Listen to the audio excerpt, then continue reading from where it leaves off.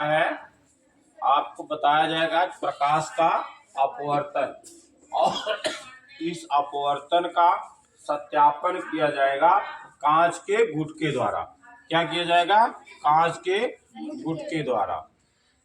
कांच के गुटके द्वारा इसका सत्यापन होगा। इसका एक प्रैक्टिकल दिखाते हैं आपको कैसे करना है। ये जो है आपका कांच का क्या है? गुटका है।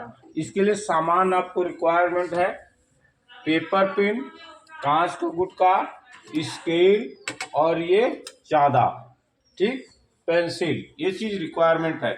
सबसे पहले इसको जो है इधर नीचे इसके सबसे पहले मार्क कर लेते हैं। ये कांच के गुटके के चारों ओर पेंसिल से हम क्या करते हैं? निशान बना देते हैं। निशान बनाने के बाद हम क्या करते हैं? इस पे क्या होता है? तिरछी किरण पड़नी चाहिए। तिरछी किरण पड़नी चाहिए। तो ये तिरछी किरण मैंने ये मान लीजिए मैंने ये डाला तिरछी किरण ये, और हमने फिर क्या किया? गुटके को इसके बराबर जहां मार्क किया हुआ था वहां पे रख दिया। अब इसमें से हमने उठाया 3 पेपर पिन। इस 3 पेपर पिन को हमने क्या किया? इसको इस लाइन पर लगा दिया। 1 2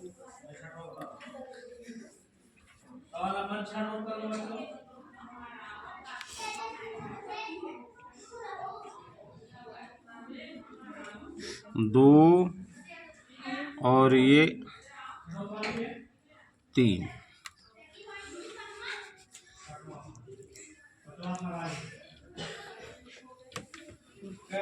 ये 3 पेपर पिन लग गया। अब 3 पेपर पिन और हमने उठाया और इसको मैंने गुटके के दूसरी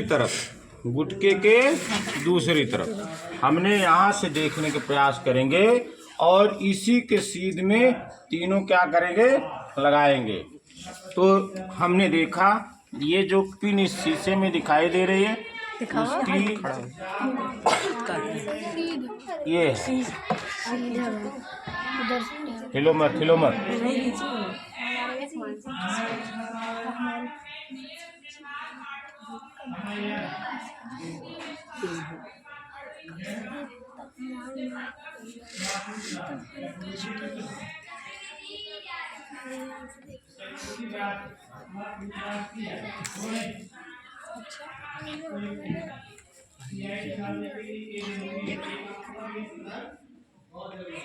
ये आप देखो हमने क्या किया? ये पेपर पिन लगा दिया।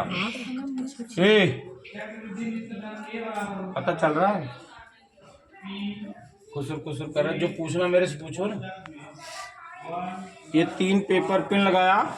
इसको कांच में देखकर मैंने 3 पेपर पिन इस तरफ इसकी सीध में लगा दिया। अब मैंने कांच को हटा दिया। हमने जो है पेपर पिन हटाया और यहाँ पर निशान करते चला गया। 1 2 और ये 3।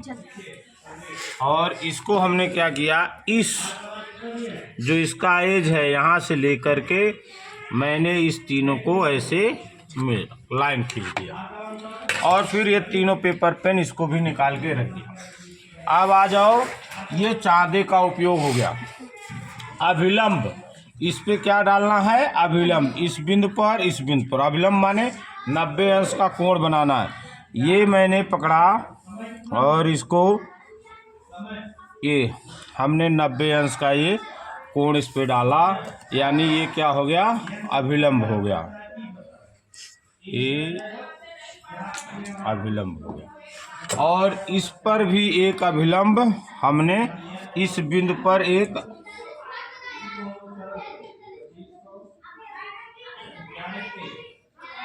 इस बिंदु पर भी हमने एक अभिलंब डाल दिया।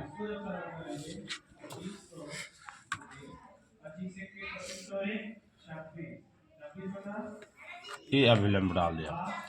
अब ध्यान दो, इसको ये मैंने मिला दिया ये किरण, ठीक ना? अब देखो ये किरण क्या है? आपतित किरण है, ठीक ना? और ये कोण, ये कोण, दोनों, ये बड़ा है ये छोटा है। ये क्या है? विरल माध्यम है। क्या है? विरल माध्यम।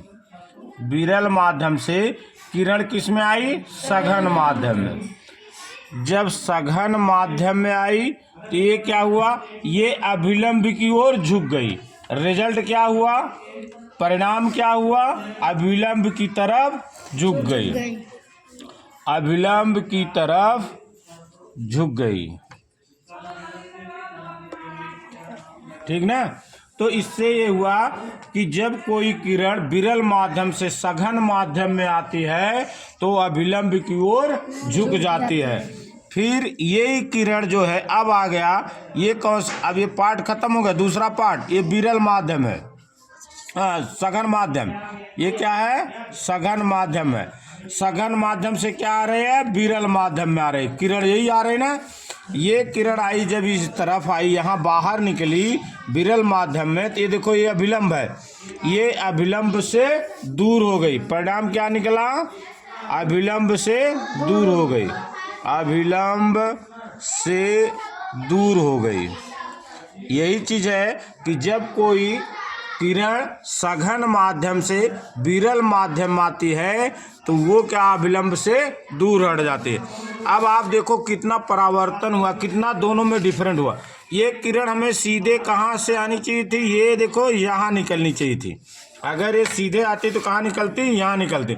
लेकिन इतने का अंतर आया है, दोनों किरण में इतने का अंतर आया है, क्योंकि विरल माध्यम और सघन माध्यम और सघन माध्यम और विरल माध्यम से गुजरती हुई किरण आती है, इतने का क्या हो गया? अंतर आ गया। समझ में आया कि नहीं आया? ये चीज है आपका अपवर्तन का सत्यापन किसके द्वारा? कांच के गुटके द्वारा। एक पार्ट ये है और दूसरा पार्ट ये है। जब कोई किरण, यही नियम है, यही प्रकाश का अपवर्तन का परिभाषा है कि जब भी कोई किरण समांगी माध्यम से विरल माध्यम से सघन माध्यम में जाती है तो वो क्या करती है? अभिलंब की ओर झुक जाती है। पहले के लिए लागू है। और दूसरे के लिए है कि जब कोई किरण सघन माध्यम से विरल माध्यम में आती है तो अभिलंब से दूर हट जाते हैं। अब आप लोग लेके आना परसों जो अपना क्लिप बोर्ड और सबका प्रैक्टिकल, सबको इस गुटके के माध्यम से प्रैक्टिकल कराया जाएगा। धन्यवाद।